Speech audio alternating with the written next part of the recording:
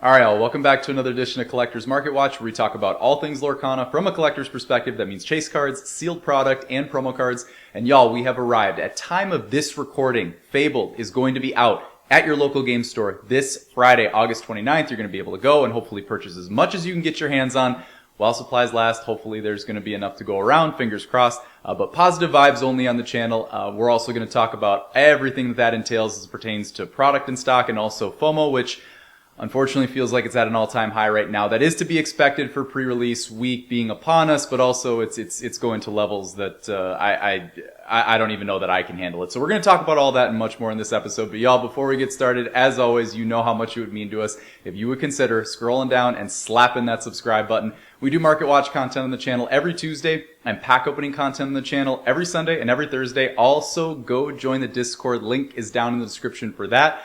And with all that out of the way, let's get right into today's episode. Now, we're going to, believe me, there's going to be plenty of FOMO to talk about in this episode. But before we do that, before we dive into all things FOMO with Fabled, I do want to start out on a positive note and at least call out that at least at time of this recording, I did not know that this was the case until only like a day or so ago. But it does look like that at the Disney Springs Park in Florida, you are going to be able to get your hands on a Belle Apprentice Inventor Magical Places promo card. Now, this is going to be different than the card that's given out at Disneyland in California, but very cool to see that they're spreading promos out throughout the different parks. I have always said with this specific Magical Places promo logo here, they need to be doing everything that they can to be taking advantage of this. I'm talking like every single park in North America, EU, Asia, Australia, wherever, like anything that has, anything that you can like justifiably like put this card with that promo logo on, you need to be putting those in specific parks and specific locations. It's almost a way of like being able to go on your own sort of collecting adventure journey, whatever, like looking for these cards. So impactful, great secret sauce stuff here. And it's something that they can leverage that even the best TCGs in the world cannot, because most of, the best TCGs in the world don't have like specific like physical locations that they can go and put these things in. So very cool. I mean, I would say the only thing that would come like close to it would be like things like Pokemon centers, kind of thing. But again, the magical parks, like having cards be in the park with that specific logo that you can only get in the park and in secondary markets, of course, super cool to see. So I was super excited to see that. But yeah, just as a call out, of course. So you see here that we have the collection, and this is how I believe that it works. Someone let me know in the comments if I'm wrong here, but it looks like the Belle Accomplished Mystic, the one that's got that edge foiling on it, or whatever. That one looks like it's going to be specifically at the California park, and then it looks like the Belle Apprentice Inventor is going to be at Disney Springs. Still both very cool. Obviously, like the Accomplished Mystic is a very beautiful like finish on the border of the artwork, but at the same time, like I am envisioning having a binder that is like, I don't know if it's going to be a full binder. It'll probably take years for that to happen, but like just a Magical Places pages, absolutely phenomenal, right? Like I'm thinking about breaking them down like by specific type of promo card. At time of this recording, we're starting to have, gosh, I don't know, like 5 or 6 different types of promo logos. I'm thinking about like the double triangles. I'm thinking about like the set championship promo, the D23, the Magical Places, the Disney Cruise, like all of these different things that we are starting to add up from a promo perspective. Like they're really starting to do a good job catering to the collector when it comes to that. So super excited about that. Love what they're doing there. That was positive. Okay, great. Now, unfortunately, and fortunately, from a market perspective, but also like just from sort of just sort of a realistic perspective, let's dive into the market here and talk about just a couple of things here today. I'm not going to harp on this too much, but this is a perfect time to at least do a little bit of like a use case and also see some things playing out in real time. But before we do that, let's just start out by looking at what the Fabled market is doing, like what the Fabled market is looking like at time of like pre-release week, right? This is obviously the time where folks are starting to say to themselves, I don't know if I'm going to be able to go into my local game store. I don't know if there's going to be anything for me when I get there, and I need to just be able to grab what I can. That's exactly what they want you to do, and that's okay. It's understandable. If you cave, like I've done it, we've all done it, it's okay. But there's levels to this, okay? There's levels to this. Now, let me explain a level that is like understandable. Okay, now, so here we go. So we see we have like sitting around $150. Now look, I mean, it just absolute classic FOMO market there popping on us. It looks like we were sitting like 130 about a week ago or so. Now we're sitting at 150. You got lowest verifieds coming in at like low 150s, sitting at high 140s. So like high 140s, low 150s there. All of that is very fair. All of that's very fair. It happens. Probably going to be a classic scenario where like a month or two from now, we're talking about this set, like trying to hover over $100. I hope I'm wrong.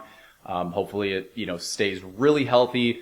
Honestly, if it's sat at a price point of like $120, I would call that incredibly healthy and also a huge success, like for the set and the hobby as a whole. Hopefully that happens. Like there's an inevitable FOMO dip that we're going to see. That's fine. That's going to happen with every new set and every new TCG till the end of time.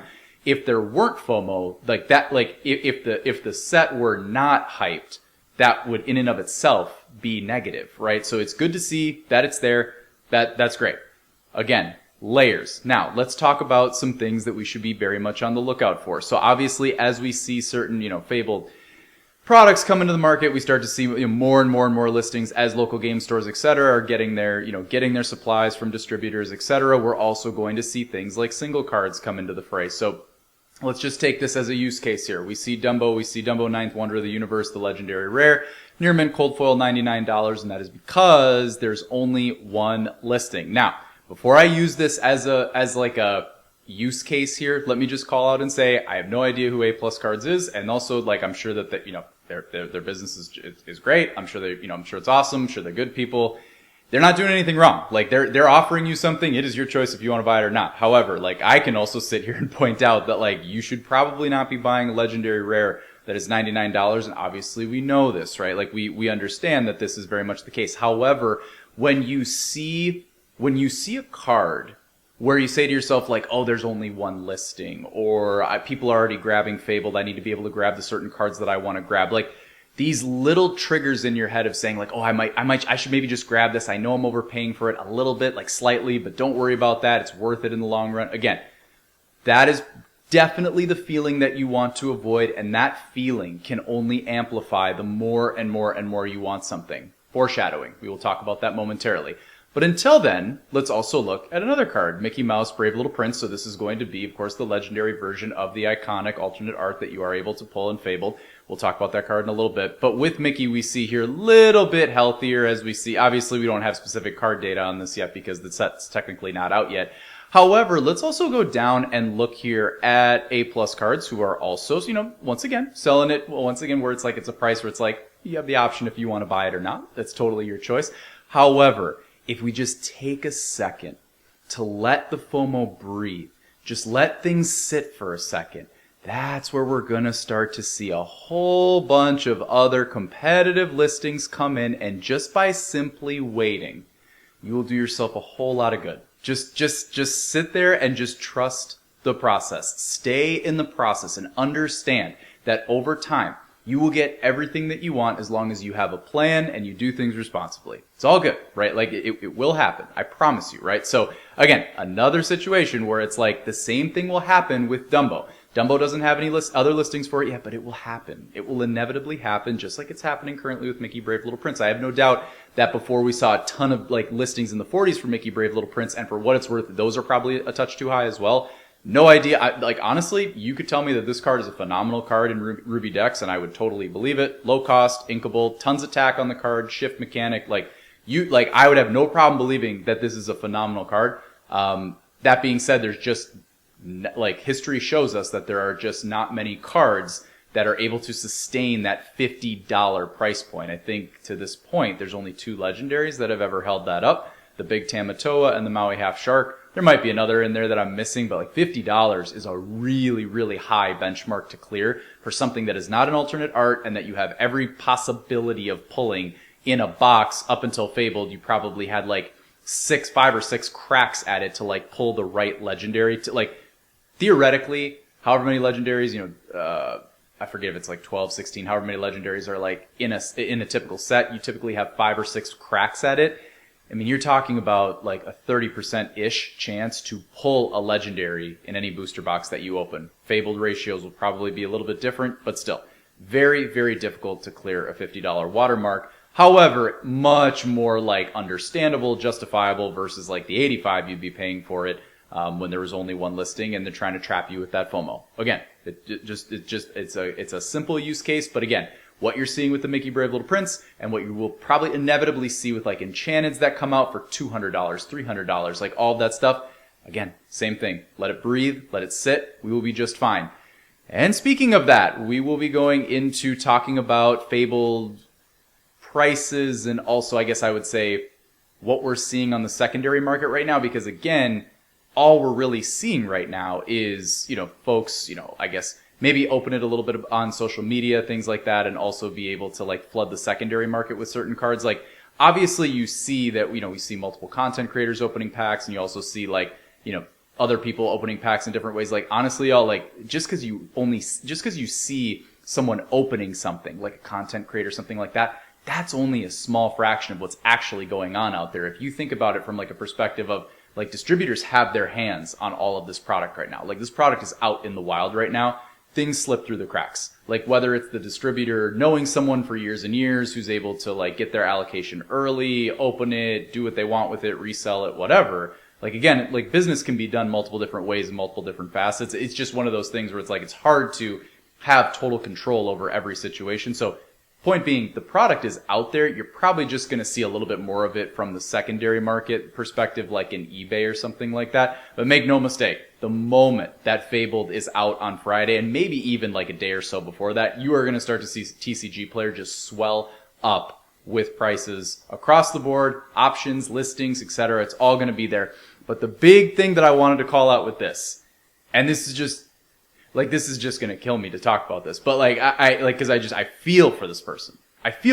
So I was about to go in, and I was about to like start looking through things and run a little bit of like, again, another use case of like, you look at, so for instance here, like we see this specific Circle of Life card right here. Like we see how, 300, if you can't see it under my screen here, under my face, $343, like again, for Circle of Life or for certain enchanteds, like that's really tough to justify. And also you look at Circle of Life, like you look at the card, it's a digital image, right? It's not the actual card.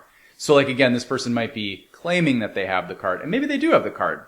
But honestly, at this stage, if you had the card in a world where not many people have access to the card, if it were me, I would absolutely be showing a million different pictures and angles of that card to prove that you have the physical card in your hand.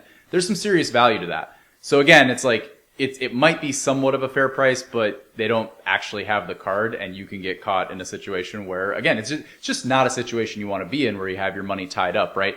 Really, like realistically, the only thing that I've seen like physical card wise is I have seen like the Chinese, like set cold foil promos. I forget if I've seen English ones as well. Also extremely overpriced. Also like bunch of sealed product listings, things like that. Again, I get it. Like I really do. Seriously, I do. But there was a really interesting thing that I saw, and I'm telling you, at time of this recording, I saw this like a few hours ago. I saw a listing for an iconic, the Mickey Brave Little Prince.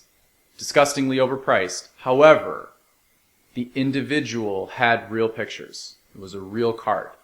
And look, there is something to be said for that. There really is. Like, you are proving that you have it in your hand. There's real value in that. And I was going to use it as a use case similar to the Dumbo and the Mickey Brave Little Prince Legendary Rare, where I'm just like, guys, just breathe. Just let the FOMO breathe, right? I come back to my tab and I refresh and I realize it's gone. And, two thoughts register, because it can really only be one of the two. And the first one being that, they took it down, right? And it happens all the time, right? You delist stuff, it happens. But then the more I thought, I got this huge jolt that like hit my heart as though like something horrible had happened to me. And I said to myself, I was like, okay, this is a real card. This person has real pictures of the card. In a moment like this, a week like this, like where the FOMO is absolutely peaking, see the Fable booster box chart from before in the video, now would be the absolute last time to delist this. Like you have something you have something of serious intrinsic value from the standpoint of like you can prove that you actually have the card, as opposed to a lot of other folks that have, again, a lot of digital images and stuff like that. Again, doesn't mean that you don't have it, doesn't mean you can't make it good, but having it and having real pictures of it, there is something to be said for that. So then immediately I think, man, there's only one other thing it could be.